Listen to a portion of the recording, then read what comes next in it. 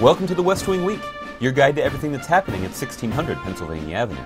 This week, the President traveled to Detroit with the President of South Korea, dedicated the Martin Luther King Jr. National Memorial, embarked on a 3-day American Jobs Act bus tour, bestowed the Presidential Citizens Medal, and hosted the Norwegian Prime Minister. That's October 14th to October 20th, or right now. They're going to have to come down and explain to you why they don't have an answer for how we're putting Americans to work right now. On Friday, the President traveled to Detroit and invited his friend President Lee of South Korea.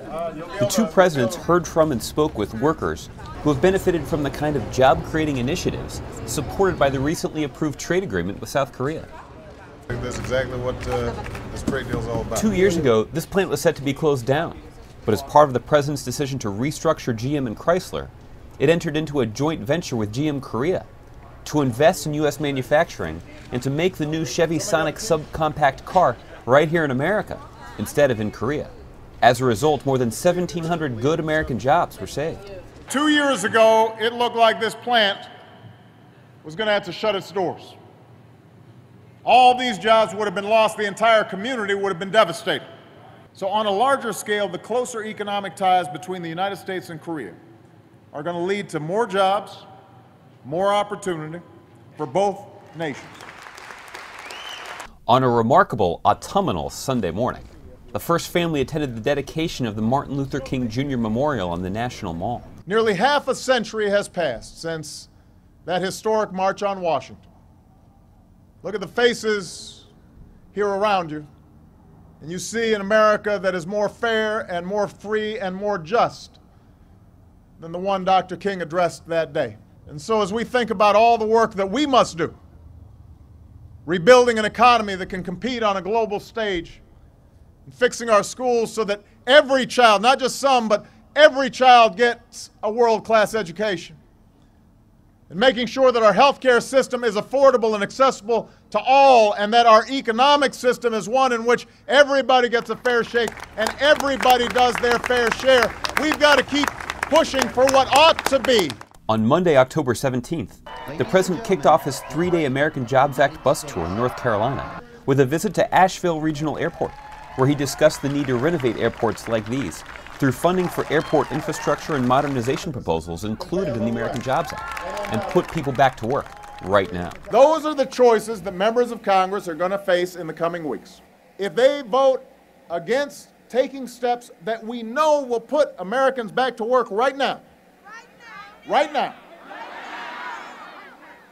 then they're not going to have to answer to me. They're going to have to answer to you. After winding through the Blue Ridge Mountains on a picturesque fall day, the President stopped in for barbecue in Marion, where he got to meet some of the community's 8,000 residents. The food must be good. That's what I was told. That's why we stopped here. Because we decided we get some food. So we're going to I'm going to take it to go. Maybe some sweet tea. It's so beautiful around here. It really is. It's one of my favorite parts of the country. Next, it was on to Boone, home to Appalachian State University for Halloween candy and carrot cake. I put like 3 quarts. 3 quarts?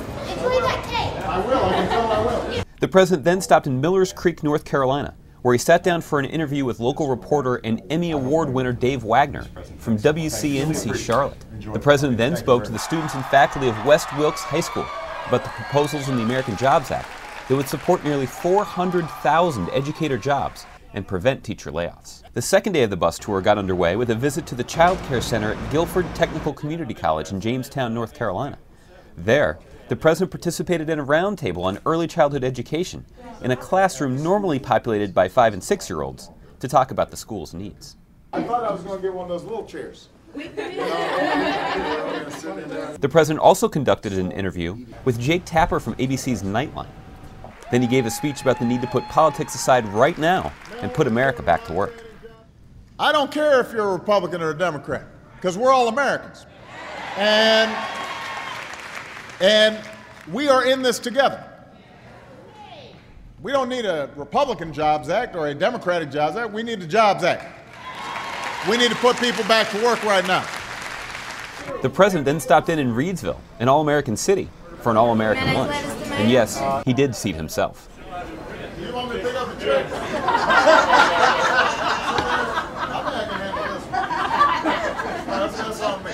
He then greeted a group of Reedsvillians who had gathered outside, including one who was waiting on the phone. Grandma?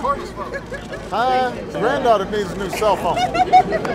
You know, she's got one of these big old ones. The president then hit the road again, making his way to Skipwith, Virginia, and its Bluestone High School, where, much to the president's delight, he got to visit with their robotics class and meet Scrappy. The president then hopped off the bus in Broadnax, Virginia, at Patricia's Child Care Center to say hi to the tiny tots and other residents who gathered along the bus route. The last stop of the day was Greensville County High School in Emporia, Virginia, where the president continued to push for passage of the American Jobs Act, which would also help high schools across America to rehire the hundreds of thousands of teachers who've been laid off due to budget shortages in recent years. I need all of you to tell the Senate, put those teachers back to work.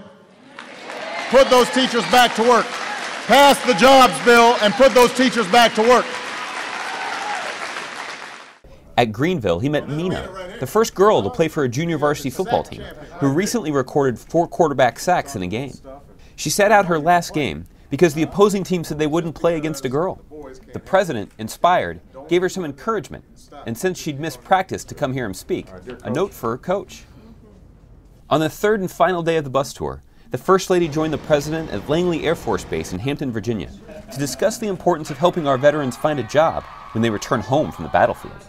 As part of her Joining Forces initiative, the First Lady also announced a major private sector commitment to hire 25,000 veterans and military spouses. Now, this announcement is a huge deal, which is why the President's here. It's huge enough for you to even be involved.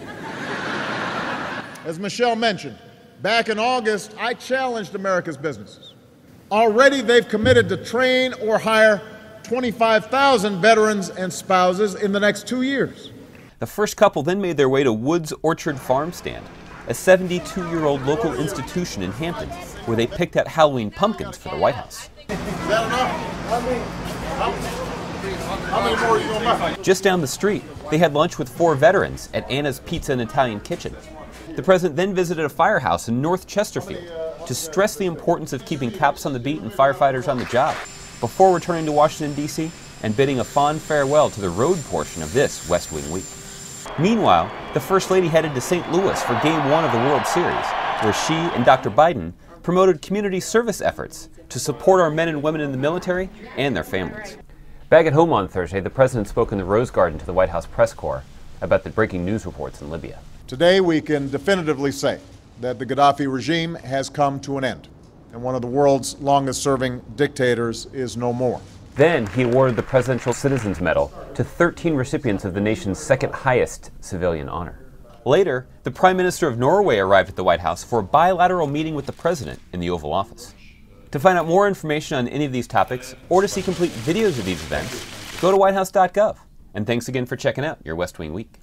These in the front of the White House, these 2 white ones. That's what the First Lady just decided, and I do what she says. So be on the lookout. Stay married that way a long time. Absolutely.